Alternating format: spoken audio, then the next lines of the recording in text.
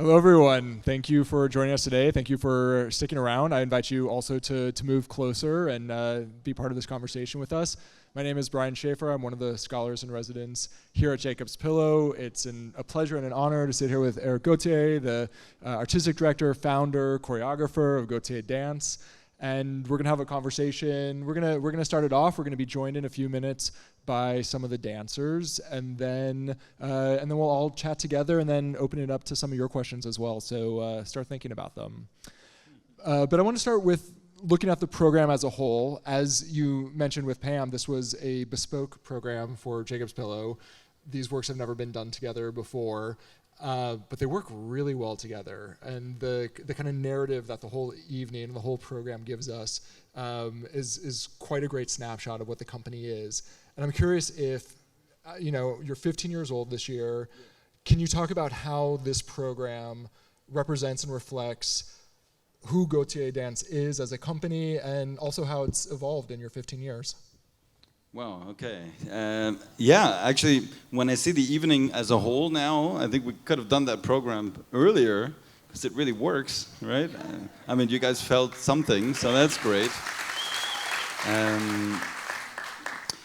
So the mission of Gauthier Dance and Swords is really to connect with the audience. I use this in Germany. Every new premiere that we put on stage, I always say, expect the unexpected. So when the curtain opens, my audience is always wondering what Gauthier came up with this time. If it's The Seven Sins, or if it's Swan Lakes, or if it's next season Elements, or every evening has many works. I just like to have like a fil rouge between them all. Why they're all put together, those works, Often in dance companies, it's like a triple bill, you call it. And it's 3 dance works that have nothing to do with each other. And that's not so what I want to present. I think there needs to be a connection within them all, even though they're very different. Now, this evening was pasted together, but what keeps them together, maybe the red line that goes around, is that, believe it or not, but 80% of the evening was Israeli choreographers, right? Sharon Eyal, Hofer Sheshta, and Ohad. So, and then there was ABC in there, and the cello, which is like 10% of the evening. I think today you got a big burst of why I'm in love with Israeli dance. It's you don't need big sets, you don't need big, just you need great lighting and smart ideas, and the use of the music, or the choice of music, right? The music that Hofesh wrote for Swan Cake is his own thing, and Ohad used many different famous pieces of music, but he pasted them all very well together. I don't know, does that answer the question? Yeah, absolutely. And you mentioned before the performance this idea that you had when you founded the company about looking at the sunny side of modern dance. And I think that's very explicit in works like Violoncello and ABC, and then you get to Sharon's piece, and you get to Hofesh's piece, and they start to get like a little darker. But I'm curious how even when we're seeing a little bit of that drama, a little bit of that mystery, how that still kind of encapsulates the ethos of the sunny side. So it's not necessarily happy and light, but it's something different than what we're used to. Well, I haven't seen so much American dance in a while, so I don't know explicitly. I'm gonna watch more, make it a statement of mine. But the sunny side of modern dance doesn't mean like ha ha ha funny. It's not like a joke on stage. It's not comedy. It's not cabaret. It's you can still have a work that has a deepness in it. Like sunny side, like a clown. A clown has a smile and a tear. And you think a clown is just a funny person? It's not. It's a very mysterious creature. And then you can think of the company like that. We do have a smile and we have a tear. And through the years, the 15 years, I've taken my audience on many journeys. We did go real dark, Like The Seven Sins is a heavy evening. Sharon is the lighter piece, let's say. And that was last at the very end. And I kept it as a hope moment, but wrath and all these things. It was but screaming on stage and oh la la. So that was not the sunny side, But I think it's important also to stay versatile, to giving the audience always a different journey. Expect the unexpected. Yeah. And I think this idea of a kind of balance within the works in terms of mood and ideas and everything, I think is also really present in the work that you've made in ABC. there's a clear love and reverence for ballet and a deep knowledge of it. And at the same time, there's a bit of satire, poking fun of it as well. And Too true. so how's it that you, Yeah. you know, that idea of finding that balance between like celebrating something that you love and also not being afraid to poke a little fun at it as well? It's fun to poke at things, no? We all do that from time to time. So I was a ballet boy my whole life. You know, I went to ballet school in Toronto, and then when I moved to Stuttgart, when I was 18, to join the Stuttgart Ballet, which is a famous ballet company, I had been offered the job when I was 18, and I said, wow, Europe. I didn't even think Germany. I just thought I might move to Europe. It ended up being Germany. But I was in love with ballet. That was my life, you know. From the age of 18 to 30, all I wanted to do was dance the Prince and dance Romeo, and which I never did because my director said I'm too small. But and I wasn't blonde. Why does Romeo have to be blonde, you know? Anyways, so I didn't do those roles, but I did piles of other works, and I was. When I look back now, when I go visit like a ballet show, like a classical ballet performance, I really think to myself, I was really doing that all those years. Wow. Because I'm so in love with the modern dance now, with contemporary dance, whatever we call it. The thing that is not classical ballet is all of the above, theoretically, right? The modern dance can take you places, you know. This is what I love about all these choreographers. These plus piles of others that I love, they really take us on a journey just with their thoughts and their movement quality and did that answer the question? Yeah, absolutely. Sorry. And clearly the ballet, your interest in it is still there. I mean, you. Oh yeah, we talked about ABC making that's right. poking at the ballet. Well, you know, it was kind of like this. The man who asked me to make this solo for him, I made ABC 3 years ago, and the man is a very famous Danish dancer, actually the most famous one in the history, Johan Coborg.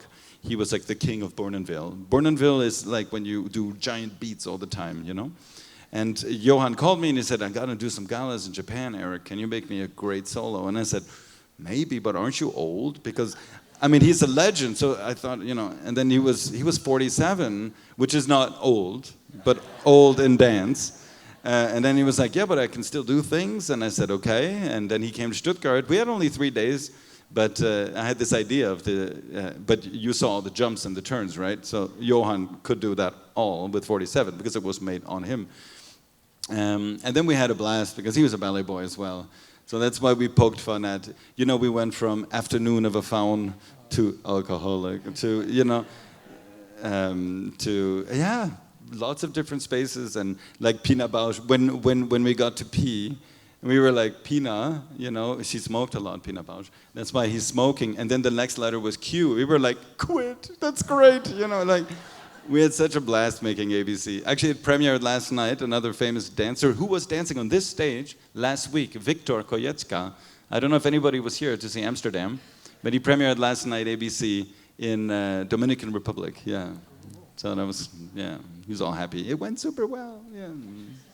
And then you also still have the presence of ballet in the evening that you curated around the Swan Lakes. And so I'm curious what still attracts you to these stories, even though you're working in a totally different stylistic medium and, you know, watching Hove Schechter, that's like nothing like a Swan Lake that we've ever seen. And yet there's still some of the spirit of it there. He's taking it to a totally different place under the surface. Look, exactly. And yeah.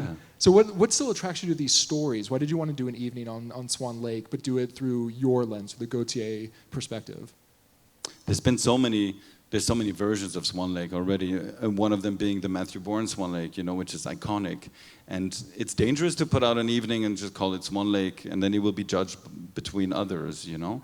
So I thought then it's a nice twist, also just adding an S and changing the whole meaning of the evening. It's smart, I thought. And then I could use these 4 voices of dance, which are beautiful. In the evening, there was a choreographer that's been here often. One Lake was from Caetano Soto. One Lake was from Canadian icon Marie Chouinard. One Lake was from Hofesh, and One Lake was from Marco Göke. Yeah. So they're very different styles. You know, every choreographer that has made a name for himself, he's only recognizable also through his signature of movement. And these 4 have their own worlds, you know. Yeah, so that's really exciting. And the other evening that you created, the one that you were explaining to us about the seven sins, what attracts you to this idea of exploring these different topics from multiple angles, inviting in all these choreographers in conversation with each other?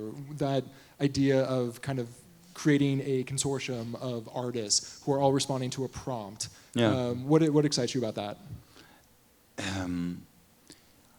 I also do it for my dancers, because these dancers, their time of life as a professional is maybe 10 to 15 years. And as an artistic director, it's also my job to feed them as much food that they will get in the time of life with Gautier Dance. And so working with 7 world-class choreographers on the 7 sins, I mean, it's like a dream come true for all of them as well. Because it was Sharon Ayal, Sasha Valls, it was Sidi Larbi-Chakawi, it was Roffe Schechter, Marco Göke, Marcos Moraul, the director of La Veronal, and Andrew Barton, actually from here. She made Sloth. It was wonderful. I mean, no choreographer wanted that sin, you know, because it's like, how do you choreograph Sloth, you know? But she made an incredible duet for 2 men. It's so lazy, but it's crazy good, yeah. Yeah. It makes us want to see all of them now. Yeah. I think we have some dancers who are ready to join us. Yeah, you guys are there? All right, come on out. Woo! Hi, guys. Hi. Hi. So we have Luca from Italy. Hi, everybody. He danced a lot tonight. You saw him in the cello. He was the one playing. He was dancing in the piece from Hofe. She was the one with the chain. I don't know if you recognized him. And he was also in Minus. He was the one who was always falling off the chair when they did that. Lots of dancing. And Isabella is from Poland. Beautiful dancer. Isabella was one of the 3 ladies in Charon in Point. And yeah, it was great. And dance in Swan Cake as well, and in Minus, obviously. Yeah, so you guys dance a lot at the Pillow, because they do those 3 works every show, which means we have 6 shows times 3. Ouch. Well, thank you for joining us. Thank you for a beautiful performance. Can you tell us a bit about how long you've been dancing for Gautier, what attracted you to the company, and then maybe a favorite moment from this program that you look forward to every night on stage? I start. So I joined the company 4 seasons ago, and yeah, I mean, I decided to audition for the company because I was attracted by the different works that are in the company, and also because we have the chance to work with many choreographers, the best in the scene. And that's also what I like to do, like to jump and in different kind of works, and to try to take with me as much as I can from each choreographers. So yeah, that's why I decided to do the audition, and Eric gave me the job, likely. Luca is actually dancing ABC tomorrow. We switch on and off. He's also fantastic doing those pirouettes and jumps, and yeah. And what was And a moment on stage during this program that you always look forward to? I think the falling, actually. No, for me, it's really like, for me, it's really like to let it go something, and I really enjoy. Like, it looks hard, but I think it's better than all the position. Yeah, because in this dance that they do is really heavy, you know, and he just falls off the chair. You got the lucky punch there, yeah. And also another one is the interaction with the audience. I think it's special, and in every show is different, because of course we take care of different people every show. So there is also an exchange with the audience. So I think it's also a special moment. Yeah. Right, thank you. The lady that danced with Luca tonight, are you here still? That was amazing. Thank you. My Isabella. turn. Hi, Isabella again. I auditioned for the company 4 years ago, and I came the same year as Luca. And what attracted me to the company, I think it's what Luca said, it's the amazing amount of very different choreographers. We get like extreme, I would say extreme pieces from different contemporary choreographers, but we also have a chance sometimes to tap into the more classical world, which I also really like. So the challenge is very big in a company, because we jump from pieces like ABC to pieces like minus 16. And I really appreciate it. And meeting all of those choreographers, it's really, really amazing. What was the other Is there a one? moment in the evening that Yeah, watching Luca fall. I'm sitting right next to him, so it's quite nice. But I love all of those three pieces. They are really close to my heart. I need to say that Sharon's piece, Envy, it's very special. It's weird at first. I felt a bit bad that it's about envy and jealousy because we are three women, and I really enjoy dancing with them. So I was a bit concerned that we show envy, but I feel like in the end of the piece, it's quite a heartwarming feeling of women coming together. I have this sensation at the end, and it's very close to my heart. Thank you. I want to talk a bit more about minus 16. And you've talked about the idea of, you're able to do this work now because you have 16 dancers, that you're the size of the company that now allows you to do this work. why it's called minus 16? I don't know. Maybe. I never even thought about it. But I know there's minus 9 also, so I could have done that Ohad before. has a million versions of every dance, so it's very possible. But I'm curious what it means for you to now reach the size and to build your company to such a scale that you're able to tackle these large ensemble works. And that was kind of always your goal. You started with 6 dancers when you founded the company, and now you're at 16. And do you plan to keep growing? Good question. We could make it 24 already today, but I really keep it at 16 because everybody's important, you know? The moment you start adding more and more people, there's more chances that if you hurt your little toe, that you might say, well, there's others, so I don't need to dance, you know? So I think for me, it's like an ecosystem. Each one of you is so important to the group, and you take it very serious. You dance sometimes when you have a cold, you dance when you have pain. Actually, they all have pain, I think, right? It's normal. But no, 16 is a great number. I've been offered big ballet companies, even in this season, 2 or 3 in Germany. I would have had 70 dancers and quadruple the salary. But I said no, because it's not what I need in my life. I'm very happy with what I have. I have the perfect 16. Yeah.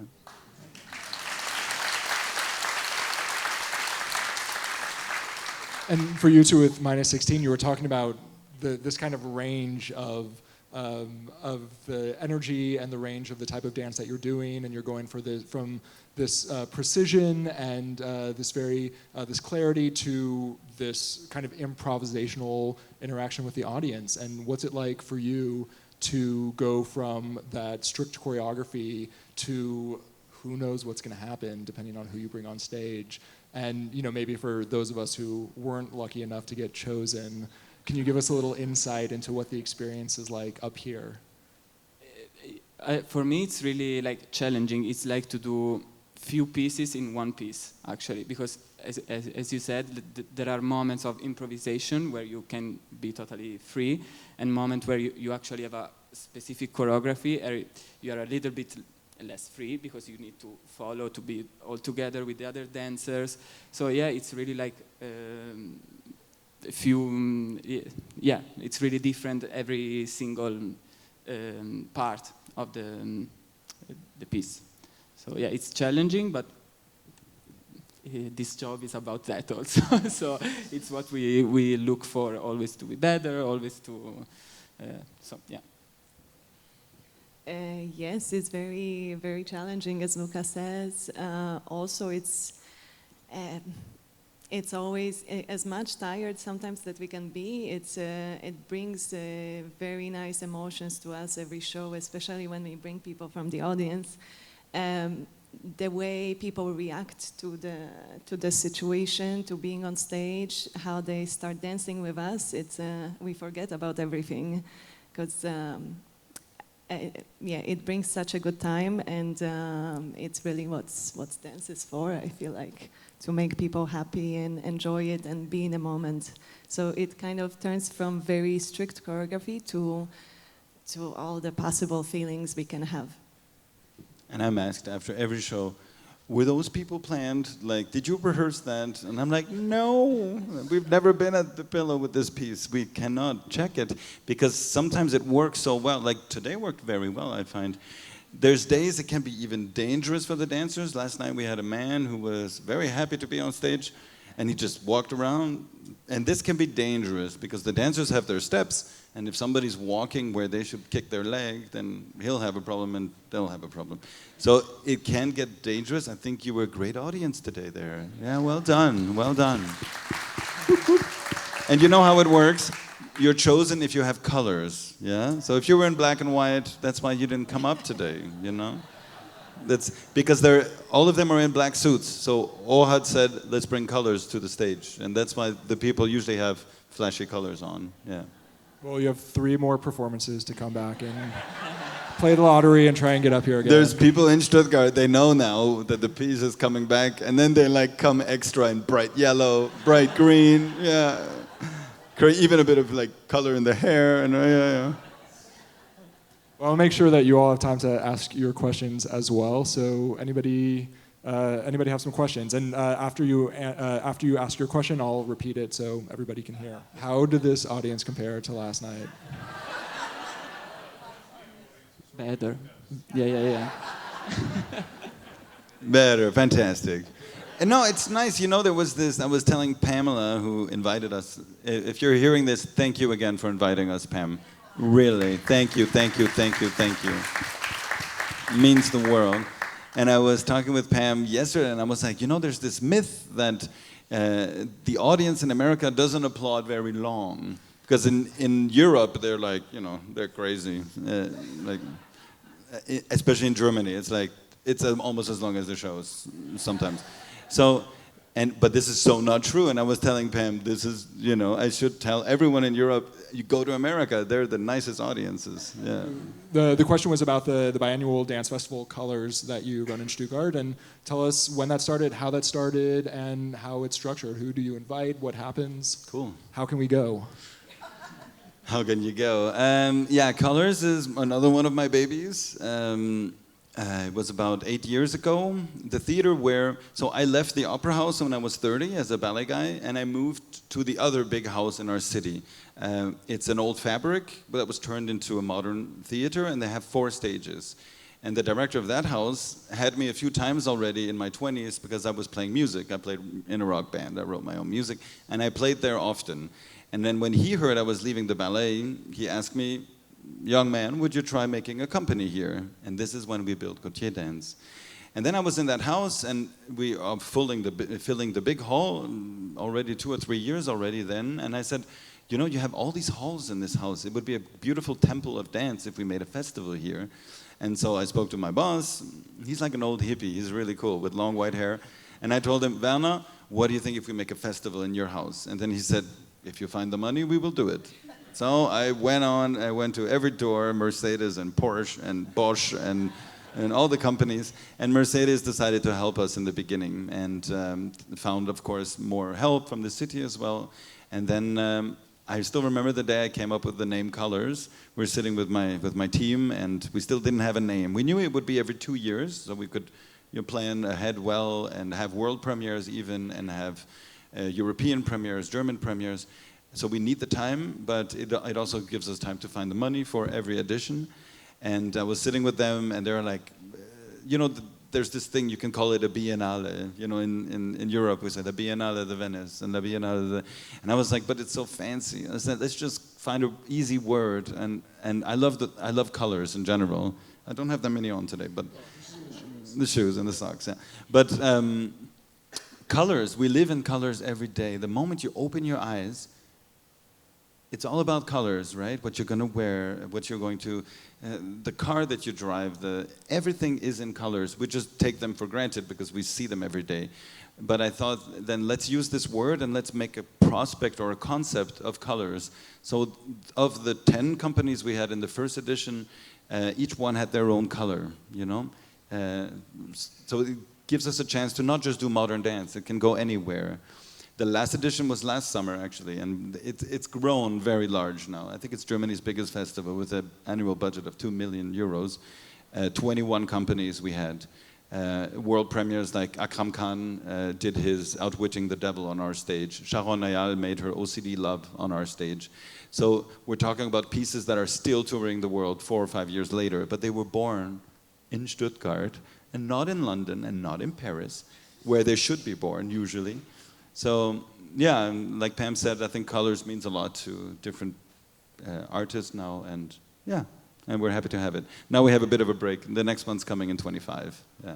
So the question is about the language, because you're an international company, and I think you said 13 nationalities represented in the company.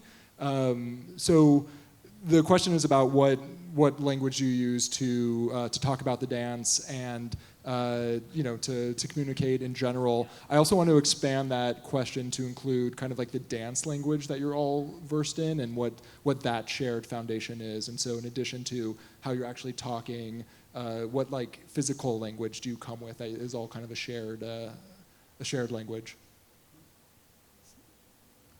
So we use mainly English because it's the common language that more or less everybody can speak. But me personally, like I worked and studied in Italy, so I started to speak English actually here in Germany when I joined Gautier Dance. Before, working in Italy, most of the dancers were Italians, so we were using Italian as a language. But yeah, in the company we use English mainly. Yeah. Lisa? Yes, I also was exposed to English when I was studying in Poland in a national ballet school. And then I should know it quite well because I lived 7 years in North America, in New York and then in Montreal before coming to Stuttgart. So my English should be okay. It's very good. Maybe just to go back a bit to talk about the dancers and the nationalities. For me, it's extremely important. It's kind of a weird, ironic thing. It's a twist, actually, because the director is Canadian, and we have only one German in the team. That was the tall boy with the red hair.